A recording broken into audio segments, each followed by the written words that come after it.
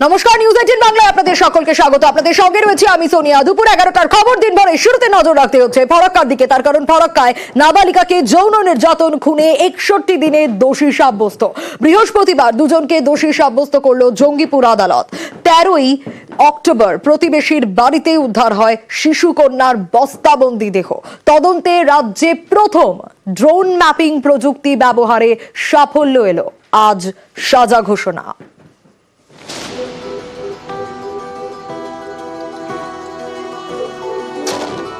কুলতলি বিচার পেয়েছে 62 দিনে। আর মুর্শিদাবাদের ফরাক্কায় 61 দিনে দোষী সাব্যস্ত।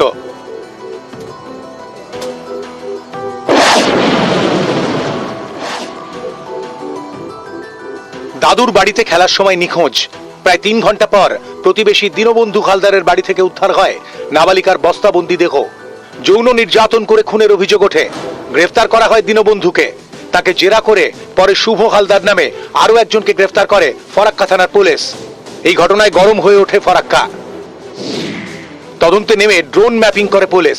নাবালিকাকে কোথা থেকে কোথায় নিয়ে যাওয়া হয়েছে, তখন অপরাধীদের অবস্থান কোথায় ছিল, সেই তথ্য যাচাই করা হয় ড্রোন ম্যাপিং এর মাধ্যমে। এছাড়াও ডিএনএ ম্যাচিং করা হয়। ঘটনাস্থল থেকে উদ্ধার হয় সিগারেটের টুকরো। তাতে 2 অভিযুক্তর লালা রস মেলে বলে পুলিশের দাবি। এই সব তথ্যই আদালতে পেশ করে ফরাক্কা থানার পুলিশ। সেই তথ্য প্রমাণের ভিত্তিতে বৃহস্পতিবার দীনবন্ধু এবং শুভ হালদারকে দোষী সাব্যস্ত করল জঙ্গিপুর আদালত। পিও থেকে যে মাটি পাওয়া যায় এবং বিভিন্ন যে সার্কামস্ট্যান্সিয়াল এভিডেন্সগুলো পাওয়া যায় সেগুলো কিন্তু আমাদের এভিডেন্সে অনেক কাজে লাগে। আমাদের এখানে ফরেন্সিক এভিডেন্সের মধ্যে ডিএনএ ম্যাচ হয়েছে। এই মামলা বেবিদা প্রথম মামলা ওয়েস্ট বেঙ্গলে যেখানে আমাদের ড্রোন ম্যাপিং হয়েছে। 59 দিনের মাথায় এদেরকে দুজনকেই দোষী সাব্যস্ত করা হলো। যতগুলো সেকশনে চার্জ ফ্রেম হয়েছে তার মধ্যে 4টে সেকশনের ম্যাক্সিমাম পানিশমেন্ট হচ্ছে ডেথ সেন্টেন্স। কুলতলি এবং ফরাক্কার তদন্ত করেছে রাজ্য পুলিশ। কুলতলিতে 62 দিনে ফাঁসির সাজা, ফরাক্কায় 61 দিনে দোষী সাব্যস্ত। আরজি করে তদন্ত করছে সিবিআই, এখনো বিচারের অপেক্ষায়।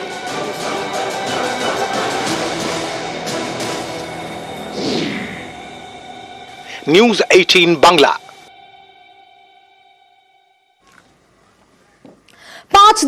5 দিন সময়সীমা বেঁধে দিয়েছে তুলে নিয়ে গিয়ে গণধর্ষণ করবে এমনটা হুমকি। হ্যাঁ, আর সেই হুমকি কোথায় জানেন? রাতে বাড়ির দরজায় সেই হুমকি চিঠি। চিঠিটা দেখাই আপনাদের।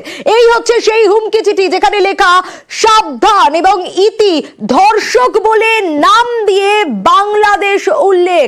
আতঙ্কে থানার দ্বারস্থ হাবড়ার আকরমপুরের এই মহিলা।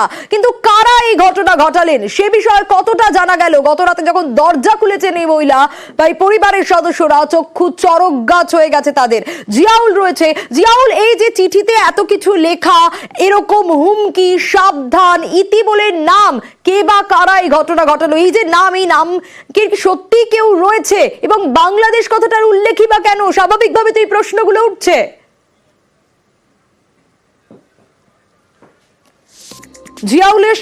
জিয়াউল রয়েছে আমার সঙ্গে। জিয়াউল, দরজার সামনে এই মদের বোতল রাখা, গণধর্ষণের হুমকি, চিঠি দেওয়া, নাম লেখা, কি কারণ? কারা এই কাজগুলো করলো জানা গেল? দেখো, কারণ বা এখনো পর্যন্ত কারা এই হুমকি চিঠি দিয়েছে এখনো পর্যন্ত স্পষ্ট নয়। কিন্তু হাবড়ার আক্রমণপুর এলাকায় সেখানে এক মহিলার বাড়ির সামনে, দরজার সামনে একেবারে 5 দিনের মধ্যে তুলে নিয়ে গিয়ে গণধর্ষণ করা হবে এবং সেই সংখ্যাটা বলে দেওয়া হলো 15 জন মিলে তাই গণধর্ষণ করা হবে।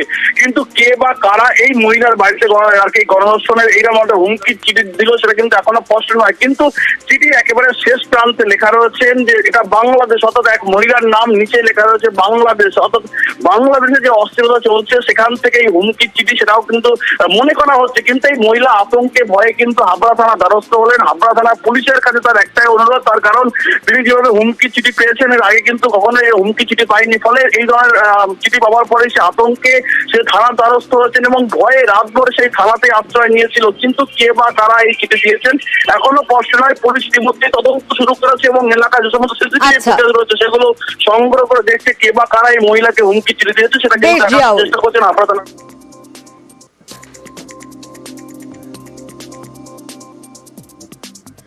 অন্যদিকে আবার গলফ গ্রিনের দিকে নজর রাখতে হবে, কারণ সাত সকালে মহিলার কাটা মুন্ড উদ্ধার। হ্যাঁ, বহুতলের পিছনের এই আবর্জনার স্তূপ, এই আবর্জনার স্তূপ থেকেই উদ্ধার হয়েছে কাটা মুন্ড মহিলার। ঘটনার জেরে গলফ গ্রিনে রীতিমতো চাঞ্চল্য ছড়িয়েছে। খবর পেয়ে ঘটনাস্থলে পুলিশ পৌঁছয়, কিন্তু কিভাবে এই কাটা মুন্ড উদ্ধার হলো, কে বা কারা এই ঘটনা ঘটালো, এই মহিলার নাম পরিচয় বা কি, স্বাভাবিকভাবে এই প্রশ্নগুলো কিন্তু উঠতে শুরু করেছে। গলফ গ্রিনে ভ্যাটের মধ্যেই মহিলার কাটা মুন্ড উদ্ধার।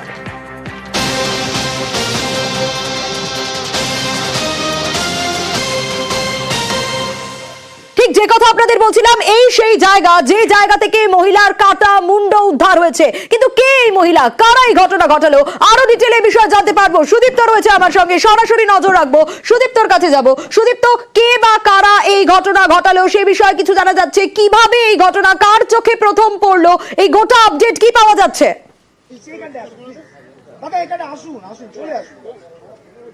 দেখো সোনিয়া, একেবারে গলফ গ্রিন থানা থেকে বেরিয়ে, এই গলফ গ্রিন থানা থেকে একদম কাছাকাছি এলাকায়, টালিগঞ্জ এলাকায়, গ্রাহামস রোডে, ঠিক এই জায়গাটায়, যে জায়গাটা একদম ব্যারিকেড দিয়ে রাখা হয়েছে, সেই জায়গাটাতে যে আবর্জনা স্তূপ, সেখান থেকেই কিন্তু এই মুন্ড পাওয়া গিয়েছে আজ সকালবেলা। যেমন স্থানীয় বাসিন্দা এমনটাই বলছেন যে তিনিই প্রথম দেখেছিলেন, একজন বাসিন্দা, এবং সেখান থেকে পুলিশকে খবর দেওয়া হয় এবং তা ঘিরেই কিন্তু ইতিমধ্যে চাঞ্চল্য ছড়িয়েছে। জায়গাটা পুরোটাই ব্যারিকেড করে রাখা হয়েছে। তদন্তের স্বার্থে পুলিশ আমাদের জানাচ্ছেন যে এখান থেকে বেরিয়ে যাওয়ার জন্য, এবং আমরা একটু একটু করে বেরোচ্ছি। এবং এই জায়গাটাতে এই যে আবর্জনা স্তূপ, এই আবর্জনা স্তূপ থেকে আমার ক্যামেরা পার্সন পিন্টু যে ছবিটা দেখাচ্ছে, সেই আবর্জনা স্তূপ থেকে কিন্তু প্লাস্টিকে মোড়া একটি মুন্ড এখানে পাওয়া যায়, এবং এই মুন্ড কার তা এখনো পর্যন্ত জানা যায়নি। তার তদন্ত শুরু করেছে গলফ গ্রিন থানার পুলিশ। ইতিমধ্যেই তা ঘিরে কিন্তু চাঞ্চল্য শুরু হয়েছে এবং তদন্ত ইতিমধ্যে শুরু হয়েছে।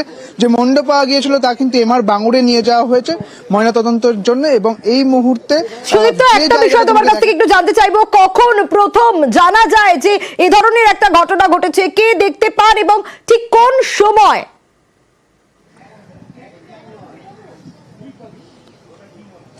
দেখো, একেবারে আজ সকাল 9টার সময় এক বাসিন্দা তিনি প্রথম এই মুন্ডটি দেখতে পান এবং তারপরেই পুলিশকে খবর দেন। তিনি এমনটাই জানিয়েছেন ক্যামেরার সামনে, এবং তিনি বলেন যে তারপরেই এই ঘটনা তিনি পুলিশকে জানান। তবে এই ধরনের ঘটনা আগে কখনো ঘটেনি বলে জানাচ্ছেন তিনি।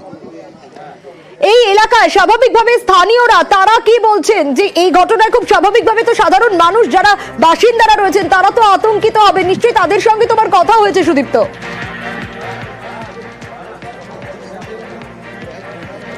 একদমই তাই সোনিয়া, আমরা যখন কথা বললাম স্থানীয়দের সঙ্গে, তারা বলছেন যে এই এলাকায় মোটামুটি 10খানা সিসিটিভি ক্যামেরা রয়েছে। ইতিমধ্যে কিন্তু পুলিশ তদন্ত শুরু করেছে। পাশে একটি মন্দির রয়েছে, সেই মন্দিরের যে সিসিটিভি ক্যামেরা, সেই ক্যামেরা কিন্তু খতিয়ে দেখা হচ্ছে, সেই ফুটেজ খতিয়ে দেখছে গলফ গ্রিন থানার পুলিশ।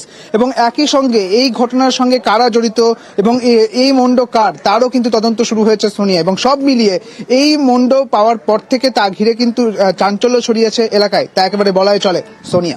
বেশ।